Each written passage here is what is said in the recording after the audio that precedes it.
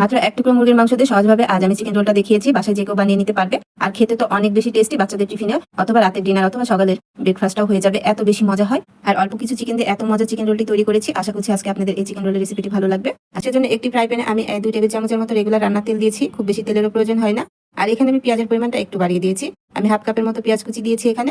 আর এখন আগে থেকে এক টুকরো মুরগির মাংস আমি সেদ্ধ করে নিয়ে তারপরে এই মাংসটা ছাড়িয়ে নিয়েছি, এরকম ঝুড়ো করে নিয়েছি। এরকম ঝুড়ো করে নেবেন। আর এই চিকেনের ভিতরের পুরটা কিন্তু অনেক বেশি সফট হয়। এভাবে আমি পেঁয়াজের সাথে একটু ভেজে নিচ্ছি। আর চুলার আঁচটা মিডিয়াম লো করে দিয়েছি। এখানে হাফ টেবিল চামচের মতো জিরা পেস্ট দিয়েছি, হাফ টেবিল চামচের মতো আদা রসুনের পেস্ট দিয়েছি। এখন এই মাংসের সাথে কিছুটা এভাবে আমি ভেজে নিচ্ছি, যাতে কাঁচা গন্ধটা না থাকে। আর খুব বেশি চুলার আঁচটা বাড়িয়ে দিবেন না, তাহলে মাংসটা কিন্তু ড্রাই হয়ে যাবে। আর এভাবে যদি আপনি চিকেন রোলের ভিতরের পুরটা তৈরি করেন, দেখবেন কত যে টেস্ট হয়। একবার বাসায় অবশ্যই ট্রাই করতে পারেন। এখানে এক টেবিল চামচের মতো হলুদ গুঁড়ো দিয়েছি আর হাফ টেবিল চামচের মতো লবণ দিয়েছি। এখন খুব ভালো করে আমি মিশিয়ে নিয়েছি, দেখতে পাচ্ছেন। আর এখন এখানে দিয়ে দিচ্ছি ঝালের জন্য হাফ টেবিল চামচের মতো লাল মরিচের গুঁড়ো। আরও দিয়ে দিয়েছি হাফ টেবিল চামচের মতো গরম মশলা গুঁড়ো। আপনাদের হাতের কাছে যদি চাট মশলা থাকে তাহলে সেটা দিয়ে নেবেন। আর যদি চাট মশলা না থাকে তাহলে ম্যাগি মশলার একটি প্যাকেট এখানে দিয়ে দিতে পারেন। এখানে আমি এক টেবিল চামচের মতো সয়া সস দিয়েছি। আর সামান্য পরিমাণ পানি দিয়ে দিবেন। প্রায় 2 টেবিল চামচের মতো পানি দিয়েছি, যাতে চিকেনটা ড্রাই না হয়ে যায়, সেদিকে খেয়াল রাখতে হবে। এখন আমি হাফ টেবিল চামচের মতো কালো গোলমরিচের গুঁড়ো দিয়েছি। আর এখানে এখন আমি কিছু সস ব্যবহার করব। সস দিলে কিন্তু এই চিকেনের পুরটা অনেক বেশি সফট হয়ে যাবে।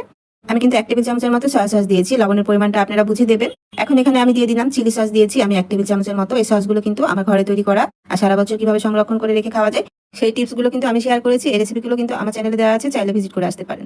এখন এখানে আমি আবারও দিয়ে দিচ্ছি 2 টেবিল চামচের মতো টমেটো সস। সসের পরিমাণটা একটু বাড়িয়ে দিয়েছি, তাহলে কিন্তু এই চিকেনের পুরটা খেতে অনেক বেশি টেস্টি হয়। বাসায় এভাবে ট্রাই করতে পারেন। আর আমি চুলার আঁচটা মিডিয়াম লো করে রেখে কিন্তু আমি এই চিকেনের পুরটা তৈরি করে নিয়েছি। এখানে কিছুটা কাঁচামরিচ কুচি ছড়িয়ে দিয়েছি আর কিছুটা ধনিয়া পাতা কুচি দিয়েছি। আর চুলার আঁচটা কিন্তু মিডিয়াম লো করে রাখতে হবে, তাছাড়া চিকেনটা ড্রাই হয়ে যাবে। চিকেনটা যেন সফট থাকে, জুসি থাকে, সেদিকে খেয়াল রাখতে হবে। এখন আমি এখানে দিয়ে দিচ্ছি মেয়োনিজ। মেয়োনিজটা দিয়েছি আমি এখানে 3 টেবিল চামচের মতো। আর চুলাটা কিন্তু এখন আমি বন্ধ করে দিয়েছি। আর এভাবে মেয়োনিজটা দিয়ে নেবেন, অনেক বেশি জুসি হয় আর অনেক বেশি টেস্টি হয় এই চিকেন রোলের ভিতরের পুরটা। বাসায় একবার এইভাবে চিকেন রোলের ভিতরের পুরটা তৈরি করে দেখলেই বুঝতে পারবেন যে কতটা টেস্টি হয়। চুলাটা অবশ্যই বন্ধ করে দিতে হবে যখন মেয়োনিজটা দিয়ে দিবেন। তৈরি হয়ে গেছে, এখন আমি নামিয়ে নেবো। খুব ভালো করে মেয়োনিজটা আমি চিকেনের সাথে মিশিয়ে নিয়েছি, দেখতে পাচ্ছেন। অনেক বেশি কিন্তু লোভনীয় হয়েছে। এটা মেয়োনিজ দিচ্ছি, 1 টেবিল চামচের মতো মেয়োনিজ দিচ্ছি। অনেক বেশি টেস্টি হয় এভাবে যদি আপনি মেয়োনিজ দিয়ে দেন। অনেকে কিন্তু চিকেন রোলের মধ্যে চিকেনটা কিউব করে দেয়, এভাবে একবার দিয়ে খেতে পারেন। অনেক বেশি পছন্দ করবে বাচ্চারা, অনেক বেশি সফট হয়। আর চিকেনগুলো কিউব করে দিলে কিছুটা শক্ত হয়ে যায়। আর এভাবে চিকেনটা যদি আপনি তৈরি করে নেন চিকেন রোলের জন্য, তাহলে অনেক বেশি সফট হয়।